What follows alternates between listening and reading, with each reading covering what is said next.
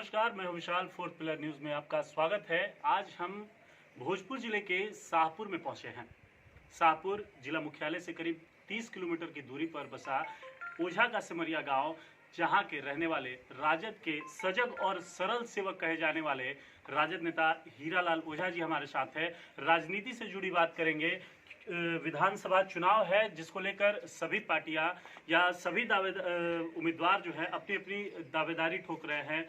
तो राजद से एक प्रत्याशी के रूप में, संभावित प्रत्याशी के रूप में इनका नाम आगे आ रहा है। उनके राजद नेता हीरा ओझा जी हमारे साथ हैं। पहले इनसे आप परिचय प्राप्त करते हैं। क्या कहना चाहेंगे भोजपुर की जनता को आप और शाहपुर की जनता को?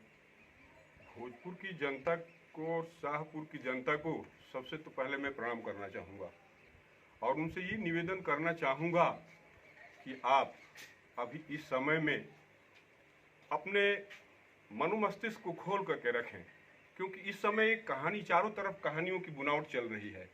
सब लोग कोई न कोई ऐसी कहानी गढ़ देते हैं जिससे उसका कुछ दूसरा ही अर्थ निकलता होगा। बात मैं विश्व फलक पर भी जाऊँगा।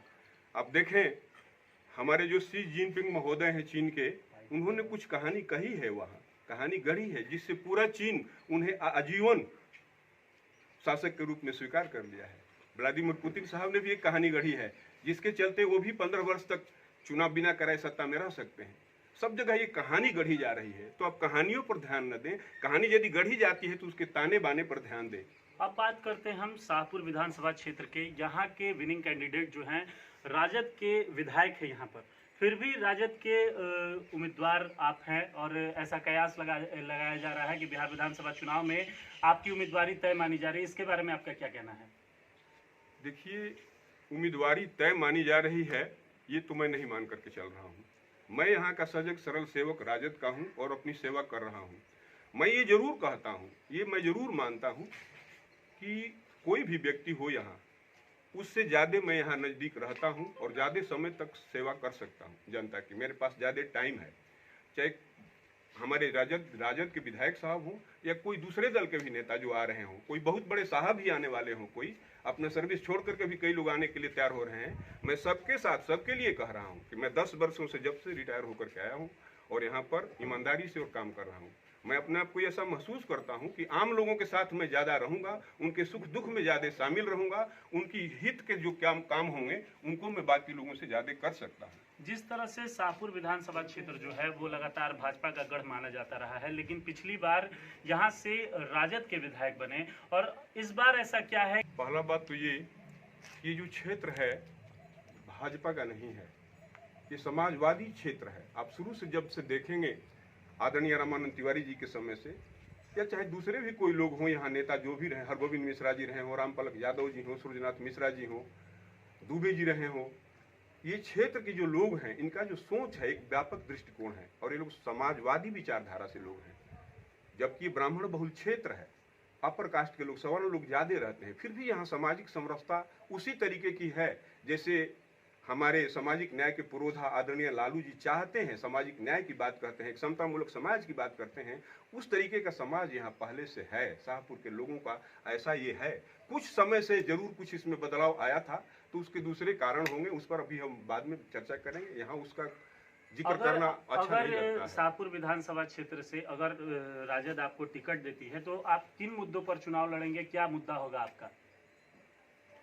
मुद्दा मेरा सबसे तो पहले यहाँ होगा कि आपसी सौहार्द और शांति हो क्षेत्र में हमारे। दूसरा बात हमारा मुद्दा ये हो कि यहाँ पर लोगों को, जो हमारे युवक हैं, उनके लिए कुछ आर्थिक गतिविधियाँ ऐसी बढ़ें जिनसे लोगों को कुछ रोजगार मिल सके।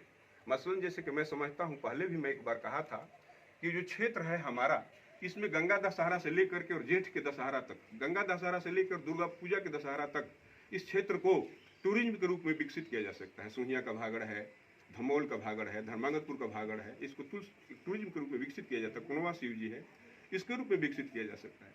उसके बाद यहाँ मकाना की खेती करने लायक बहुत अच्छी ज़मीन है, उसमें किया जा सकता है। हमारे पास अभी अच्छा ज़मीन है जहाँ ये कुनवा शिव के दक्षिण में, वहाँ पर अच्छी फैक्ट्रियाँ लगाई जा सकती है। इस बातों पर मैं ध्यान दूंगा। उसके बाद शिक्षा का इसको हब बनाना चाहिए। बढ़िया तरीके से अच्छी शिक्षा नहीं मिल रही है यहाँ। अच्छे स्कूल बनाए जा सकते हैं, जो स्कूल बने हैं उनको भी मान्यता नहीं मिल रही है, उस पर ध्यान दिया जाए। जो हॉस्पिटल वगैरह है आप देख रहे हैं, ये भी अच्छी तरीके से काम नहीं कर रहे हैं। जो जो इनको सुविधाएं चाहिए उस अस्पतालों में है नहीं।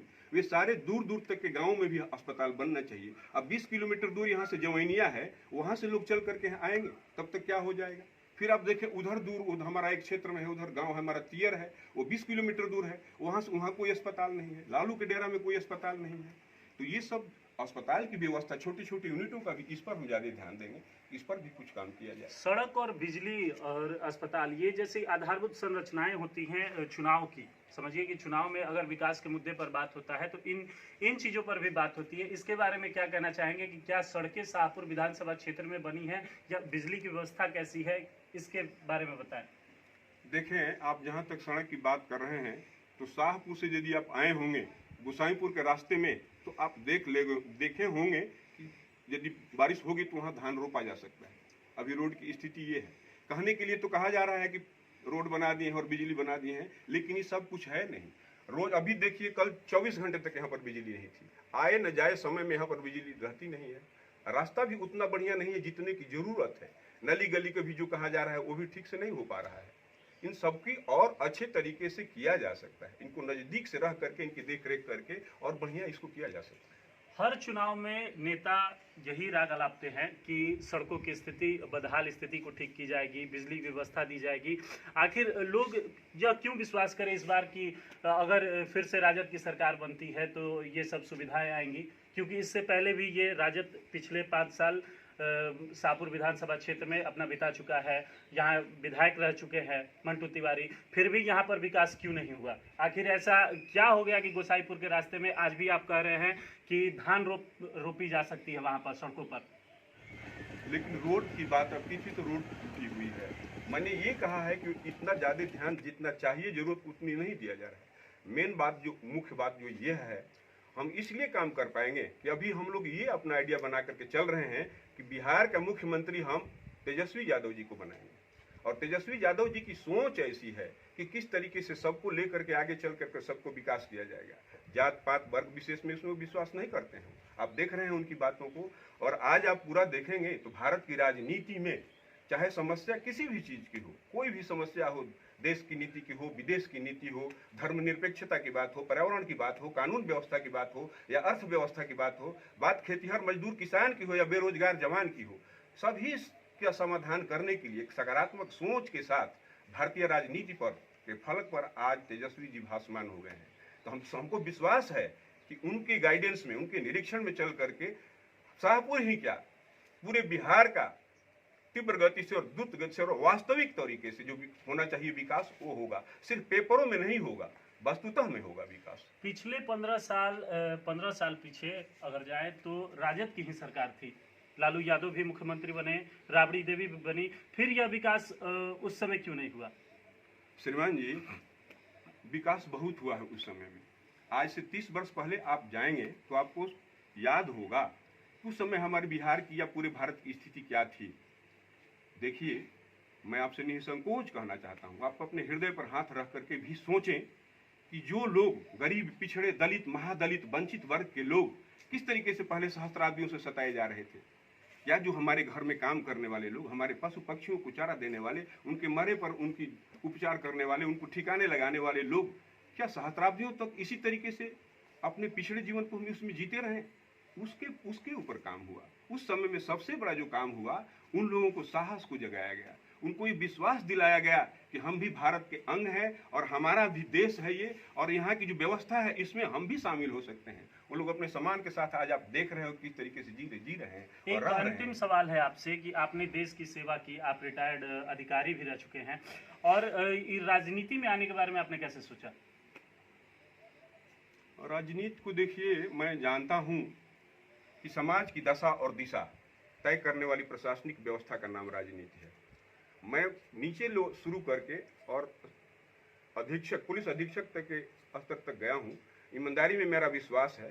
मैं जानता हूँ कि मुझे काम करने का अवसर मिलेगा, मैं बहुत ईमानदारी से काम करूंगा और सचमुच में लोगों का जो जरूरत है उसको पूरा करने के लिए प्रयास करूंगा। दिन रात इनके साथ रहूंगा और एक बार मैं यहाँ एक मिसाल पैदा कर दूंगा कि होता क्या है विधायक।